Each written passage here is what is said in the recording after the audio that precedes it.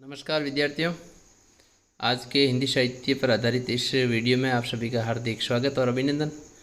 विद्यार्थियों, आज का ये जो वीडियो है इसमें कुछ महत्वपूर्ण क्वेश्चन हैं आगे आपके बोर्ड एग्ज़ाम के लिए। तो इन सभी क्वेश्चनों के उत्तर मैं आपको बता रहा हूँ और कुछ उत्तर आपको खुद स्वयं हल करने हैं, ढूंढने हैं। तो बहुत ही महत्वपूर्ण क्वेश्चन है। वीडियो शुरू करने से पहले आप चैनल पर नए हैं तो चैनल को सब्सक्राइब कर लें। नीचे दिए हुए रेड कलर के बेल आइकन को दबा के लाइक शेयर ज़रूर कर दें, कमेंट करके राय अपनी दें और वीडियो अच्छा लगे तो इसी के साथ और भी अपने कुछ डाउट हो तो उसमें आप इस कमेंट बॉक्स में जाके पूछ सकते हैं। तो विद्यार्थियों शुरू करते हैं।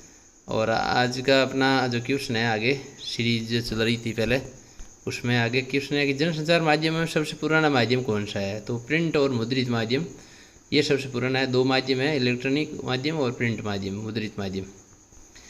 समाचार के शुरुआत के कोई दो ककार लिखिए। तो क्या, कौन, कब और कहाँ, क्यों और कैसे, ये कंटिन्यू क्रम है इसका, जो शुरू के दो ये है।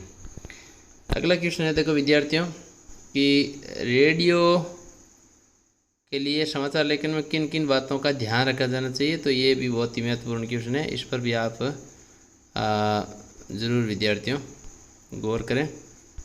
अच्छा क्वेश्चन है। इसमें आपको संक्षिप्त होनी चाहिए, भाषा साफ सुथरी होनी चाहिए, ये ऐसे कुछ बिंदु आपको लिखना है। शुद्धता होनी चाहिए। समाचार लेखन और फीचर लेखन में अंतर विशिष्ट कीजिए।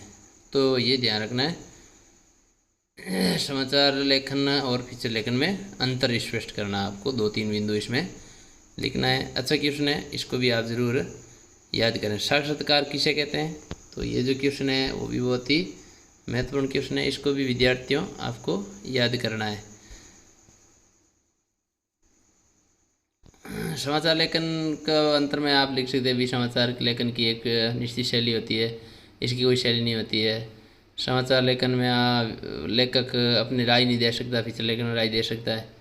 तो ये है अंतर बताना है आपको। विशेष लेखन के विभिन्न क्षेत्रों में किन्हीं चार के नाम लिखिए। तो खेल है, विज्ञान है, अन्य ये जो और है विशेष क्षेत्र हैं उनके बारे में आपको चार के बारे में लिखना है। कृषि है।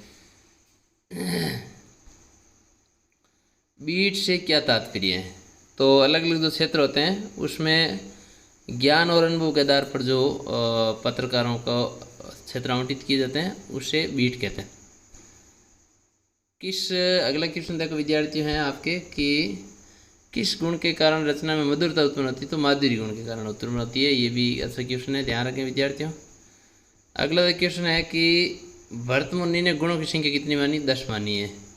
ओज उदाहरण को सोदाहरण स्पष्ट कीजिए। सोदाहरण तो ओज में मतलब है ओजस्विता, तेज, ऐसी रचना जिसको पढ़ने से हमारे अंदर जो ओज उत्पन्न हो जाए उसे ओज गुण, और इसकी रचना आपको का उदाहरण एक आपको लिखना है।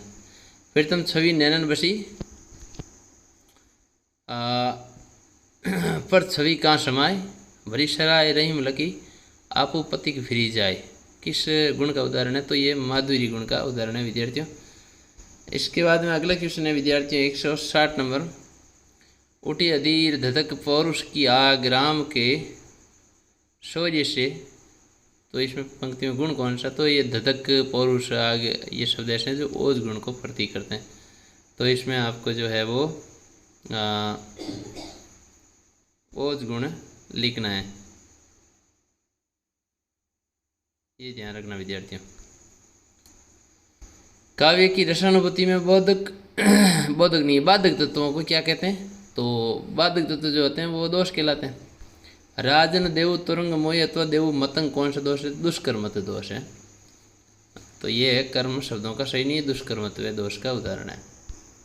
इसके बाद देखो विद्यार्थियों अगला आपके क्वेश्चन है वो है, अगला क्वेश्चन है क्लिष्टत्व दोष को शोधन स्पष्ट कीजिए। यानी जिसका अर्थ कठिनता से समझ में आए, मातापति करनी पड़े। एम श्रुता प्रतिवान, ये उदाहरण लिख सकते हो। दुष्कर्म दोष को शोधन स्पष्ट कीजिए। तो शब्दों का क्रम जहाँ पर सही नहीं हो लोकशास्त्र की दृष्टि से तो उसे दुष्कृत दोष कहते हैं, उदाहरण याद करना है। अगला दो का उल्टा क्या होता है, सोरठा होता है। द्विमात्रिक वर्ण क्या कहलाते हैं भाई, दो मात्राओं वाले वर्ण को गुरु कहते हैं। ये आपको मात्रिक छंदों में मात्राओं की संख्या निश्चित होती है। छंद किसे कहते हैं, यति, गति, लय, तुक छंद और मात्रा की निश्चितता को छंद कहते हैं। ये आपको इसका लिखना है।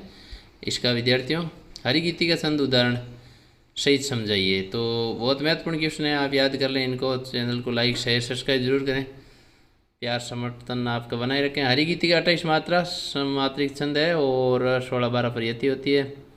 और इस प्रकार इसके आपको लघु गुरु अंत में ये याद कर लें आप, और उदाहरण आप इसमें अच्छी तरह से लिखें। द्रुत विलंबित में नवभर छंद होता है ना, तो ये नवभर गण चलता है। गण आपको ये नवभर गण याद रखना। द्रुत में 12 वर्ण होते हैं और ये वर्णिक छंद है। अलंकारों को महत्व स्पष्ट कीजिए। तो अलंकारों में से प्रभावशाली बनता है, काव्य में रोचकता जाती है ना, सौंदर्य उत्पन्न हो जाता है। ये आपको महत्व स्पष्ट करना है।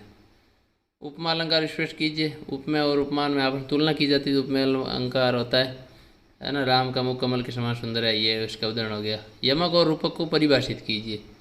तो यमक शब्द भी अनेक, अर्थ भी अनेक। तो यमक रूपक में उपमेय पर उपमान का आरोप होता है तो वह रूपक अलंकार होता है। जैसे संसार सागर, तो संसार रूपी सागर।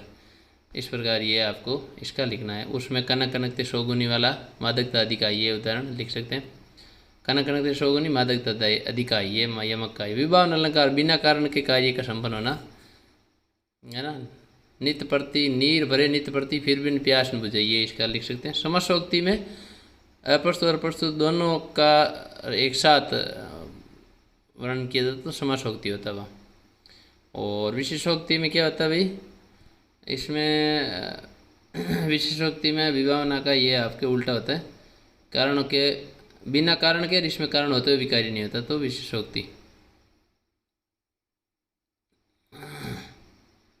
तो शून्य बिनु काना वो हो जाएगा। इसमें वो है नित्य प्रति प्यास।